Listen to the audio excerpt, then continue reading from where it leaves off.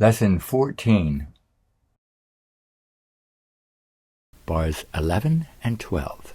Remember, in bars 3 and 4, we see another variation of the standard motif where the first 4 notes are played at half speed. This variation of the motif is called augmentation, where a melody, theme, or motif is played with longer note values. Bach uses the first 4 notes of the standard motif to transition into a different key. And remember invertible counterpoint, where the right hand plays the left hand part and the left hand plays the right hand part. That's what's happening in bars 11 and 12, where we have 3 augmented motif fragments but in a different key.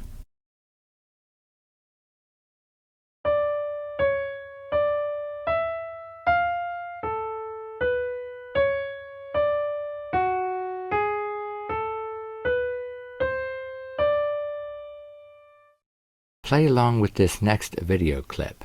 Practice the right hand part while I play the left. With the play along videos, we'll keep adding each session as we go. Okay, I'll count 4 beats and then go. Ready?